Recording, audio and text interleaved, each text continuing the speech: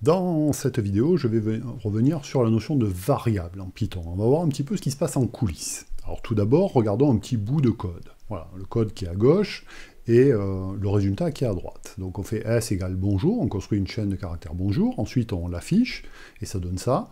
Et ensuite on essaie de changer l'élément de la chaîne d'indice 2 et de le remplacer par un z majuscule, ce qui provoque l'erreur qui est à droite. Et là ça nous dit en fait type error, strObject, c'est-à-dire une chaîne de caractères, ne supporte pas l'item assignment, c'est-à-dire qu'on ne peut pas faire ce qu'il y a à la ligne 3. Donc on ne peut pas modifier une chaîne de caractères. Alors, avec ça en tête, regardons ce bout de code, maintenant, le suivant. Celui-là, donc toujours pareil, à gauche le bout de code, et à droite le résultat. Donc qu'est-ce qu'on fait? On fait s égale bonjour, comme tout à l'heure, on fait le print s qui affiche ça. Ensuite, on fait s égale s.upper. Alors je vous rappelle que upper, voir ma vidéo sur les chaînes de caractères, transforme une chaîne de caractères tout en majuscule, et ensuite on fait print s, ce qui affiche ce bonjour. Vous allez me dire, ouais, mais là, dans ce cas-là, la S, il a été modifié, on est passé du bonjour en minuscule à bonjour en majuscule. Alors pour expliquer ça, regardons un petit peu ce qui se passe en coulisses. Alors de manière logique et de manière très simplifiée, les choses se passent de la façon suivante. On a, on va dire, deux espaces logiques en mémoire. D'un côté, l'espace des références, c'est-à-dire des variables, on dit aussi parfois des pointeurs, et de l'autre côté, l'espace des objets dans lequel on va stocker de manière effective les objets. Donc revenons sur notre code et regardons ce qu'il fait pas à pas. Alors tout d'abord, la première ligne, s égale bonjour, donc cette ligne-là. Alors à droite de l'affectation, il y a la création d'une chaîne de caractères. Une chaîne de caractères, c'est un objet particulier donc, qui se fait dans l'espace mémoire.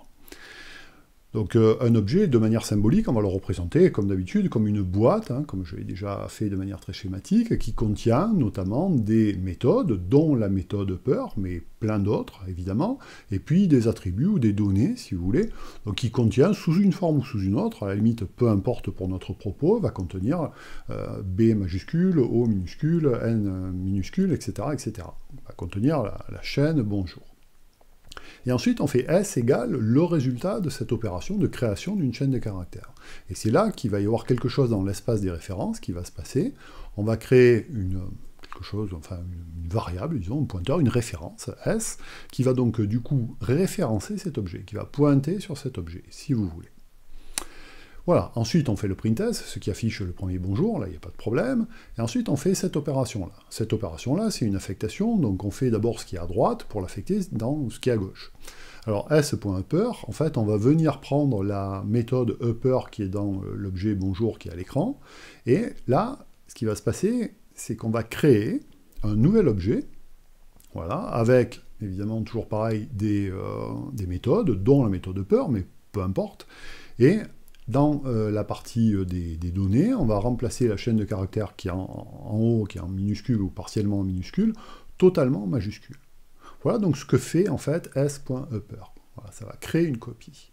Et on fait s égale s.upper. Donc là, maintenant, on va dire que s va pointer sur le résultat de l'opération que je viens de vous montrer. Donc en fait, ça donne ça. Voilà. Donc du coup, lorsque vous faites le print s, ça va vous afficher le nouvel objet bonjour en majuscule complètement. Regardons un autre exemple. Donc je vous invite à mettre la vidéo sur pause pour regarder un petit peu ce qui se passe, à gauche le code, à droite le résultat. Alors on va reprendre aussi, on va le suivre pas à pas, l'espace des références et l'espace des objets. L égale 555. Donc de manière très schématique et simplifiée, on crée un objet qui est une liste qui contient qu'un seul élément, qui est 555. Ok. Et ensuite, on fait L égale ce truc-là. Donc, dans l'espace des références, on va avoir une référence qui pointe vers cet objet. Alors, évidemment, mon objet contient aussi des méthodes et des choses. Hein, c'est organisé d'une certaine façon, mais peu importe, là, pour notre propos. Ensuite, on fait le print L, ce qui donne bien la liste 555. Ensuite, on fait L1 égale 1, 2, 3, L. Donc, on crée un nouvel objet qui va contenir notamment 1, 2, 3, et puis L. Et L, en fait, ça va être quelque chose qui va pointer vers cet objet-là. Donc lorsqu'on va faire print L1, ça va bien donner 1, 2, 3, virgule, la liste 555. Et donc ça, on l'affiche, on l'affecte à L1. Donc on fait le print L1 ensuite. Ensuite, on fait L égale la liste qui contient que 0. Eh bien, qu'est-ce qu'on fait? On crée un objet qui est une liste, avec toujours pareil, hein, toutes ces méthodes, etc. et dans laquelle il n'y a que l'élément 0. Et ensuite, on fait L égale cet objet. Donc, ce qui veut dire que L qui pointe vers la liste 555, maintenant va référencer l'objet liste qui contient que 0. Donc, ce qui va expliquer les deux prints qui suivent. Print L, ça affiche bien ce qui est pointé par L, et L1 va bien afficher la liste composée de 1, 2, 3, et le dernier élément, c'est une liste qui est composée que de l'élément 555. Ok, regardons un dernier exemple. Donc l'exemple précédent, je l'ai mis en haut à gauche. Regardons ce nouvel exemple-là. Je vous invite à mettre la vidéo sur pause pour regarder la différence de code qui est juste là. En fait, il n'y a que cette ligne qui diffère et la différence des affichages qui se produisent. Alors regardons encore une fois en mémoire ce qui va se passer. Donc tout d'abord, on fait cette ligne, L égale 555. Comme d'habitude, on crée un objet et on fait pointer L dessus. Ensuite, on fait le print qui affiche, puis ensuite on fait L1 égale ça, donc c'est comme tout à l'heure, hein, on met 1, 2, 3 et on pointe vers cette liste-là, et on affecte ça à L1. On l'affiche, ça donne bien ça. Ensuite, on fait L.append de 66. Alors, append, c'est une méthode de liste qu'on va appliquer sur la liste L. Mais cette méthode a la propriété de modifier en place la liste qui est pointée par L. C'est-à-dire que l'objet maintenant qui est à droite, qui est la liste 555, va être modifié et va contenir voilà, 555,66, puisque ça insère à droite. Ce qui explique, du coup, le print L et le print L1 qui est à l'écran.